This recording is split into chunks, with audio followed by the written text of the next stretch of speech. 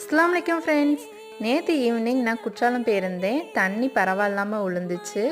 கூட்டமும் கம்மியாக தான் இருந்தது. ஸ்கூல் டேனாக்கில் குற்றாலம் போயிட்டு குளிக்காமல் வரலாமான்னு சொல்லிட்டு சரின்ட்டு நான் மட்டும் குளிக்க போனேன். என் வீட்டுக்காரங்கிட்ட அந்த கவரை கையில் வச்சுருந்ததை கொடுத்துட்டு திரும்பி பார்த்தா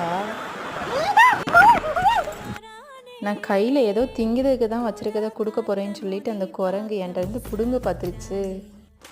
குளிச்சுட்டு வந்து ஐ லவ் குற்றாலம் அப்படின்னு புதுசாக அந்த போர்டு வச்சுருக்காங்க. அது முன்னாடி நின்று ஒரு செல்ஃபியும் எடுத்துகிட்டு இந்த குற்றாலத்தையும் அப்படி நின்று ரசிச்சுட்டு அங்கேருந்து அப்படி கொஞ்சம் தூரம் போனோம்.